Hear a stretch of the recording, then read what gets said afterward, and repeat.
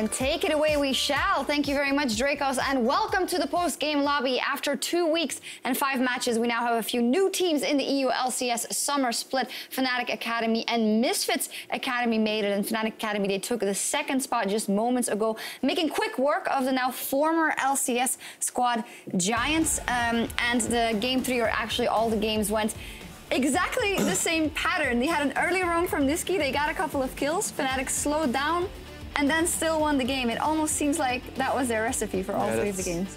That's exactly what I expected as well. Only the last game was a bit interesting because Cassio was already top lane at around level 4. That's like pretty interesting. But yeah, it's the same story as like all the other games. They just go top lane, give Kikis kills, and yeah, he will just carry the games. It looked at a lot of points like Giants weren't really giving Fnatic too much trouble. Like, they were slower games, and I think that was a lot of the way that Fnatic were playing things out. But Giants couldn't quite find the fights they needed to.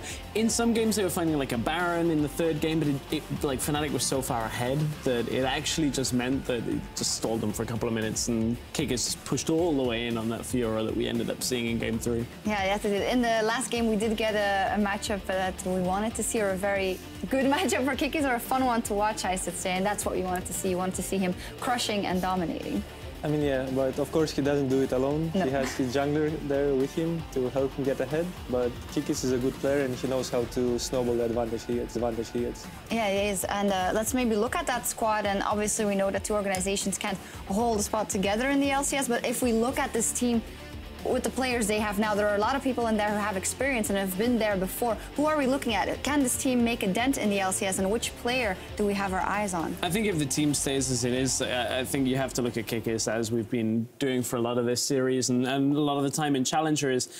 He's a player that has been to the finals of the LCS many times now. You know, he did it on G2, he did it on Unicorns, and he's got that kind of experience that is not necessarily just unique, but at that level on a team coming in is something that you can't really overlook. And I think he still will make waves in the LCS this next split. I definitely see that. We saw there that amazingest player of the series, and what a story it is for him. If we look at his split, starting with that Fnatic roster in the beginning of the EU LCS here, and wanting to make something happen. They didn't mesh. He was brought down and playing for the Academy team, and now he makes it happen, and he's player of the series, Unlimited. It is cool to see that he can make an influence and maybe kind of fight his way back into the LCS as where he belongs. Yeah, kind of like me.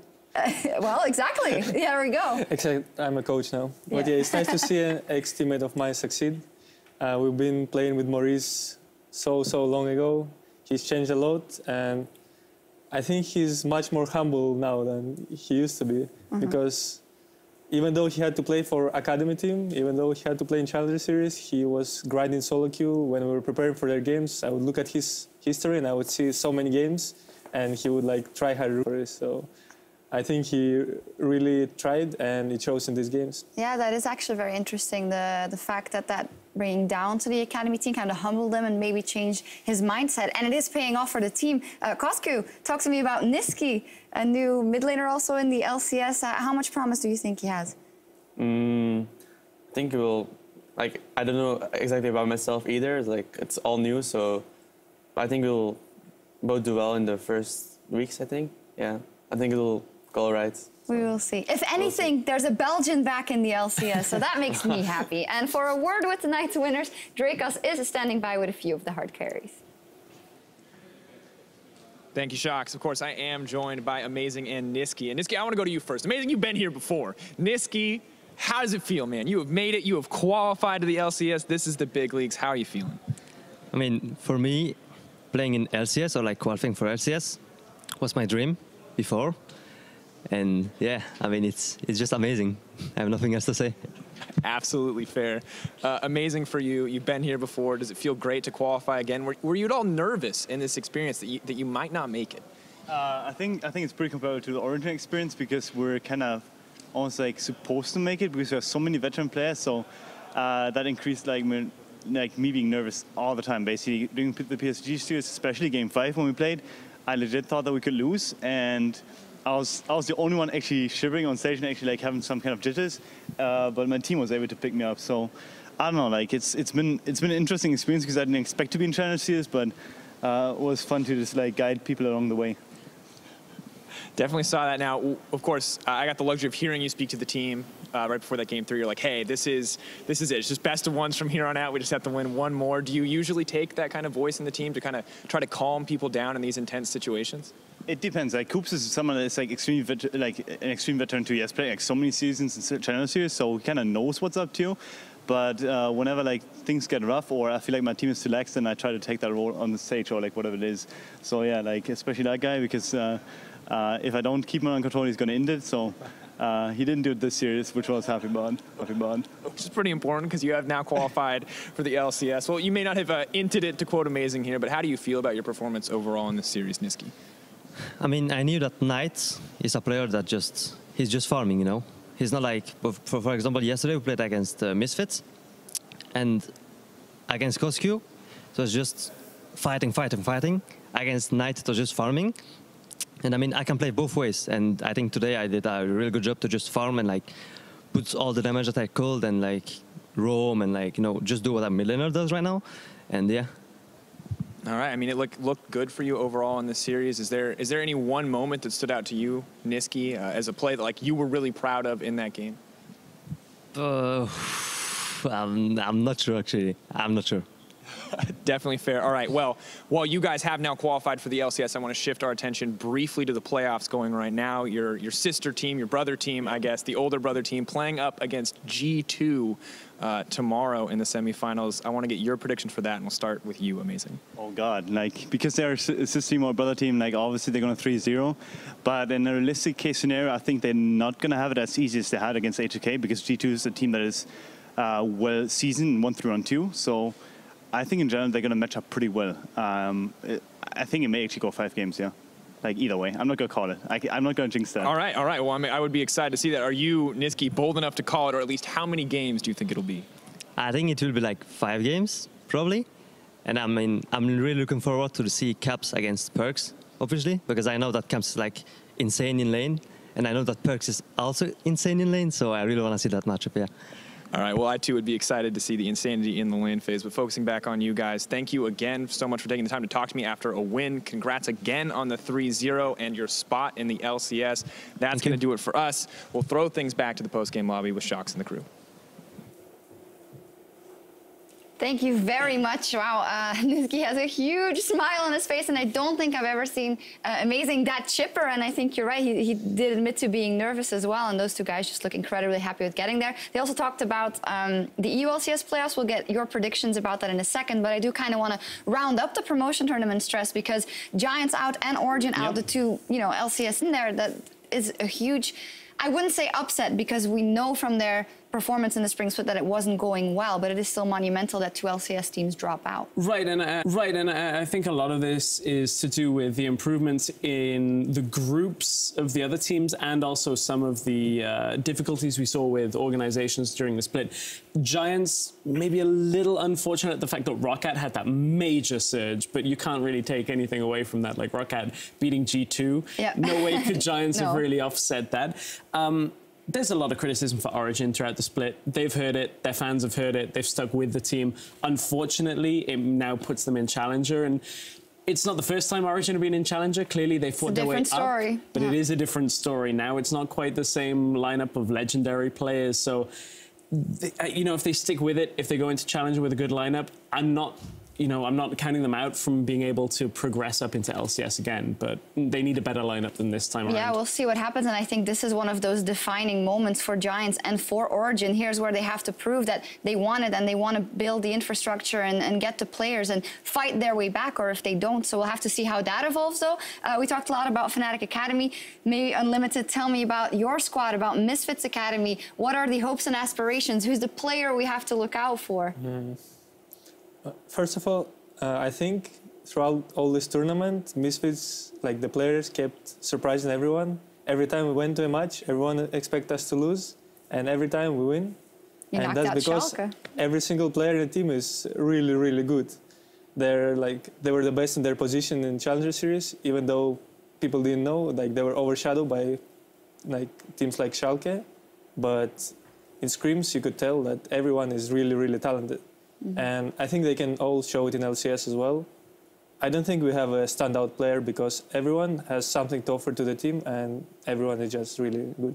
Looking forward to that. Koskyu, get to take to the stage in the summer split and show what you've got. How important is it to maybe show, hey, you know, I can beat some of these guys? Or is that less important than the team? I'm pretty excited about that. I just want to, because I've played Challenge Series like, I would say 2 years now. You've been trying to get into the LCS. Yeah. No, I mean, I was just studying and playing Challenge Series, so I mean, I played solo queue and played against all other mid laners who all are in LCS, and I mean, it feels like I'm just playing the game and I'm just doing well and okay, and now I just want to show it on the big stage and see what I can do against everyone else. I wonder actually if it will change a lot for you, because as you say, you kind of were focusing on the studies and the Challenger Series, but now it's, you know, it's go time. Yeah, now it's just, I'm just going to play so much solo queue and try to focus on League. Mm-hmm.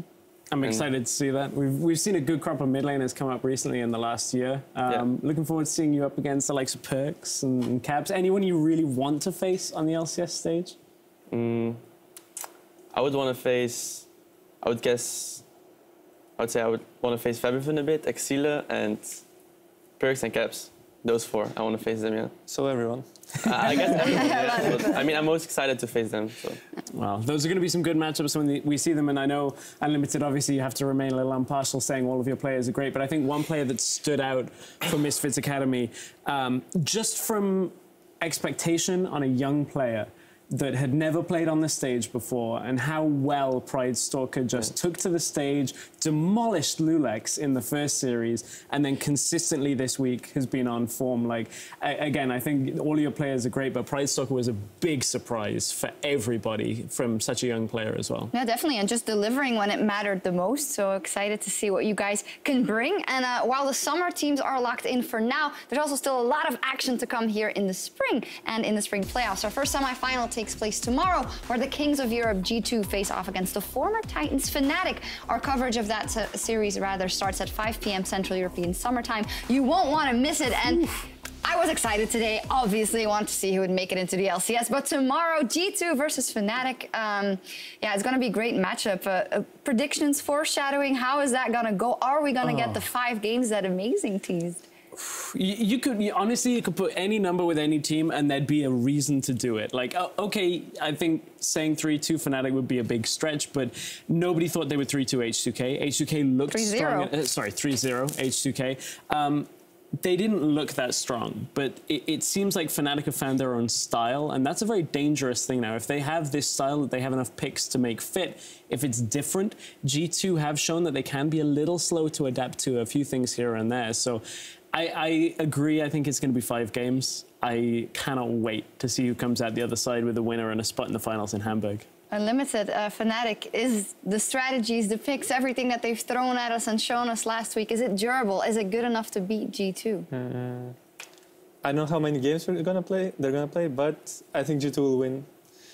I kind of have to root for G2 because Janbak is their coach, but they also have shown like level of play that's like far beyond anyone else in Europe. So I think they will take the series. Koski? Yeah, I think that G2 is going to win too, but I'm not sure if it's going to be easy. I think that Fnatic can put up a fight, and that could go to 5 games like what the Fnatic Academy guys just said. So Caps versus Perks, what's going to happen there? Yeah, I like to see that. I just want to see, like, I think it's going to be really bloody. So that's what I like to see. Yeah. I'm thinking back to Caps' first game really in the series, outplaying Perks. That was an impressive one. I think the one struggle Fnatic have is that they got to play Vayne last week, they got to play Twitch last week. I think they showed drafting patterns that G2 will draft around now. Maybe saving a support, saving their AD carry pick, and that means that Vayne won't quite sneak through, it won't have the right composition, and I think that's the difficulty is Nuclear and Che we thought were going to be good. Mithy and Sven have been great. Yeah. Is that enough for Fnatic to overcome? That's such an interesting matchup. I was going to bring it up. Obviously, the H2K's bot lane did not deliver in that series, so you probably won't get away with as much. But then we said that every single game as well, and they did get away with it. So we will see what happens. Quickly, maybe Unicorns of Love versus Misfits is up on Sunday as well. Obviously, this is your guys' sister team, so a little prediction there, Unlimited? I think Misfits will win. Why? Because they're our sister team. Nice. All right. We're obliged to vote for them in this. Very Yeah, same for me. Okay, unbiased opinion. Luckily, I don't have a horse in this race, but I think a unicorn is the one that's going to come out with the win here. Xerxes Nice announced earlier, rookie of the split. This guy has been on fire. I think he's going to show it again. Misfits start series quite passive, and they've played games quite passive alongside that as well. And if they don't start active and try and shut Xerxes out, I think they have a major problem. All right, we will see what happens. Exciting semifinals coming up. I'd like to thank you guys for joining us, and we'll see you guys in summer, of course. Thank you. Thank you. No problemo. Well, time for us to log off for the night. Thank you guys very much for watching, and we'll see you tomorrow as we jump back on the road to Hamburg. It is sure to be an explosive one. Have a great night.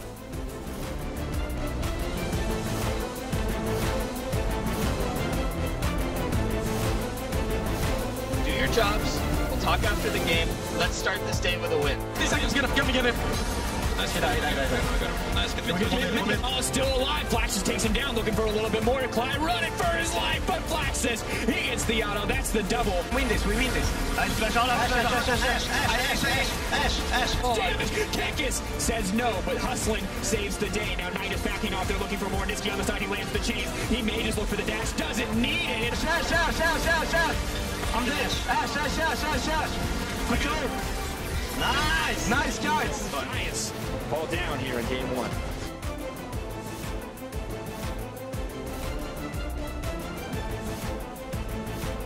Renekton. Nice job, guys. Locked in the pit. Trying to get back. Kekis is going to get it. You don't mess with the crocodile. Now Flaxus is moving in. Amazing is going to get one. Memento kicks in, but the sustain is coming in. Amazing. The axe drops. That's the double for the prologue. Here goes the arrow. He's already flashed.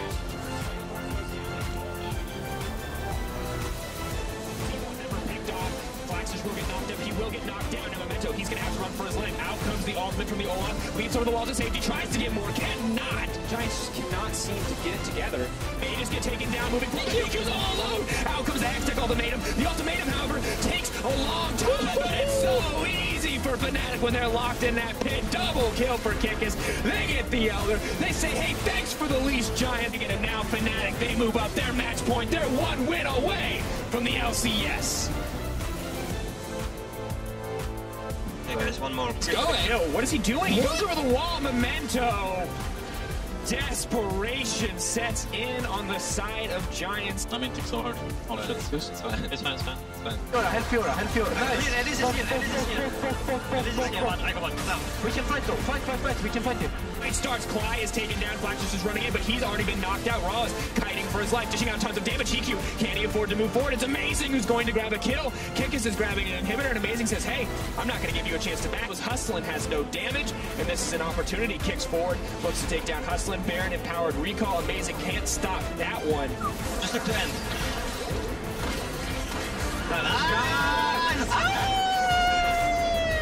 Ladies and gentlemen, it is on the corpse of Giants that Fnatic ascend to the LCS.